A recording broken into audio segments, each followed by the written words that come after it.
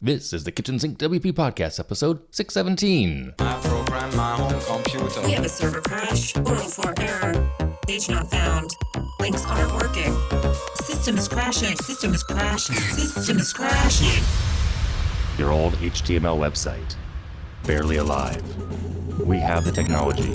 We have WordPress. A new website, better than it was before. Better, stronger, faster.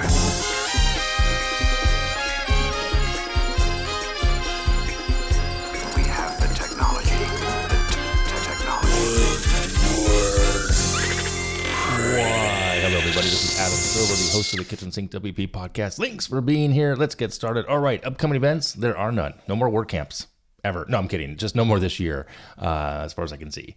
So no events there. So if you haven't, if you have nothing else to go to, travel to, if you want to go to somewhere, go online. Go to wordcamp.tv and check out some of this year's camp talks. There you go. All right, moving on. Segment one in the news. Only one thing to talk about here. It's a light part of the year. WordPress has announced the 2026 Global Partner Program. So if you want to be a sponsor on the global level, you can. There's information on the website. I'll put a link in the show notes and the investment of what it may cost you as well. It's an investment. It's pretty, I can't do it this year. Well, if I win the lottery, out here in the States, we have, the lotto is up to like $1.6 billion. So yeah, if I win, I will become a global leader sponsorship. So, and I will probably just pay for the year's worth of camp tickets, just like that. Yeah, that's my promise to you. Okay. So check that out if you want to in the show notes. And I think that's it in the news. Yeah, that's it in the news. All right, moving on. Segment two, the meat and potatoes of this week's episode. So it's now been 6 months for me working at the larger company after spending almost a decade of running my own shop. And I realize I have a lot of thoughts, not necessarily hot takes, not complaints, just more observations that really make sense once you've lived both sides of the fence. Now that I have, it's interesting. And that being said, this episode is not working for yourself is better or working for the man is the worst. It's more like, wow, there are some very different games it's a very different game with very different rules.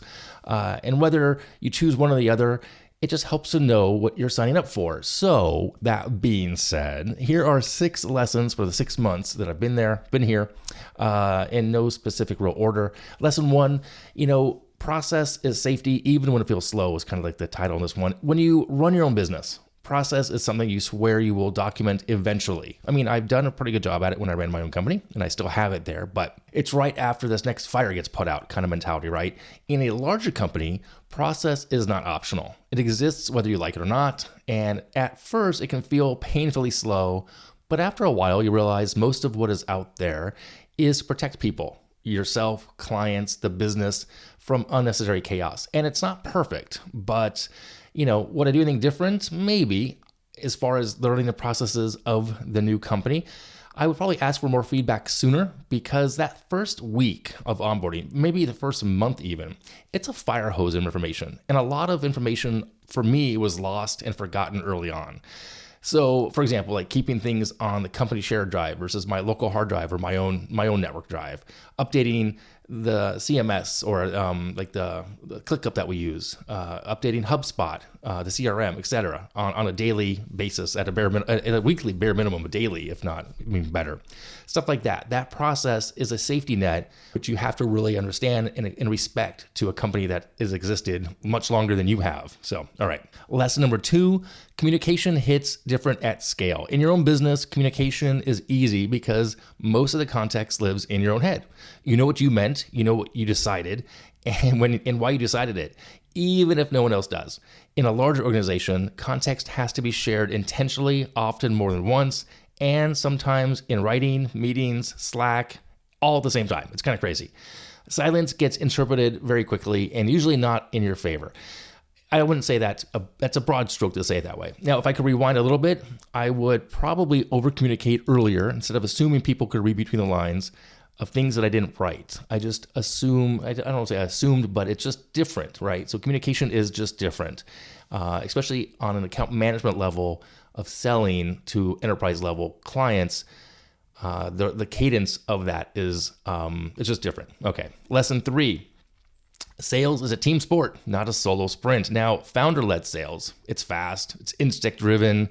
Usually it's fueled by a ton of caffeine and optimism. Now, sales inside of a larger company, it's a bit more of a team effort with potential hands-off, definitely more voices, along with questions, which I'm good with. I love questions. I love the communication. I love the conversations about a project and about a big undertaking, but that's more structured than I was used to. Overall, one's role is both to listen, communicate, and close a deal, and work within the company dynamics to close that deal. It's a different game altogether. And I hate to say the word game, but it's a different process. So it's a team sport, not just a solo sprint. Okay. Number 4, working from home for someone else is not the same thing. I thought I knew how to work from home. Turns out I only knew how to work from home for myself. When you work remotely for someone else, expectations around availability, responsiveness, and presence are very different, even if no one else says so. It's easy to feel like you're always on and somehow not doing enough at the same time. It's a very strange dynamic. I will admit to that fact that it's just tough. It's the first time I've done it for someone else. I mean, I've done it off and on for 30 years. I mean, I was one of the early people to be remote, dating back to before I got married. So 1997, 96, 97, I'd done some work for a company in San Francisco, moved back to Los Angeles to pursue some acting and comedy. And I would check in. I could work remotely for this other thing I had created like once a week, half hour of my time, different. I was on my own. It was my thing. Anyway, so it is not the same thing when you work from home for yourself versus someone else. Keep that in mind. Lesson number 5, life does not pause just because you have a job, meaning personal life doesn't politely wait until your calendar clears. Big emotions, stress, grief, anniversaries of major life events, if you know, they all show up whether you're ready or not. One thing I learned the hard way was that emotional energy can quietly mess with decision-making more than you expect. And sometimes those decisions are whether or not you want to get out of bed or your comfy chair or your couch. My biggest takeaway here is simple. Do not make a big decision on the anniversary of a major life incident or an anniversary, like I said. Plan ahead, take the day off, call in a sick day, protect the future you from present you. It's full stop. It can be a bit of a mess when it comes to that type of thing, personal life and work life, and finding that balance and how they don't bleed into each other, but they do. Okay. And lesson number 6, you are still you, just in a different system. The skills you built running your own business did not disappear when you joined a larger company. They do need to be translated, though. Being good at building something from scratch does not automatically mean you're going to be operating in an existing system and perfect at it. It's not a failure on you. It's just a different skill set. This chapter, again, has reminded me that the adaptability is part of professionalism, not a sign that I've chosen the wrong path. It's just different. So there you go. There's my 6 kind of quick little lessons in this world here. Closing thoughts real quick. I don't regret, obviously I loved working for myself. I don't regret taking the new role either. Both of them are great. Both have taught me a lot so far that other things can't teach you. You can't learn from staying still. Being stagnant is not an option for me. I have to keep learning stuff. The goal is not to pick a side forever or declare one is better than the other. The goal for me and for you, hopefully, is to be more intentional the next time you make a move, armed with real world experiences instead of just the assumption of what you think you know. And if nothing else, hopefully this episode will help someone feel a little less alone when they're trying to figure out their own version, when they kind of come across this with the same questions that you may be asking. So there you go. Quick little 6 life lessons in this transition 6 months in. So, all right, moving on. Segment 3, tip and tool of the week. This one is called, it's a website, imissmycafe.com. I do. I miss kind of co-working at cafes, coffee shops. This one has sound effects that you can use. There used to be another website. I think it was Cafetivia or something like that, but I think they charge for it now. This one's free. So it's imissmycafe.com if you like to go co-work but have some noise. If you can't go co-work, if you're homebound but you want to have coffee noises, like coffee shop noises, you can do this at home now. Pretty cool. It's free.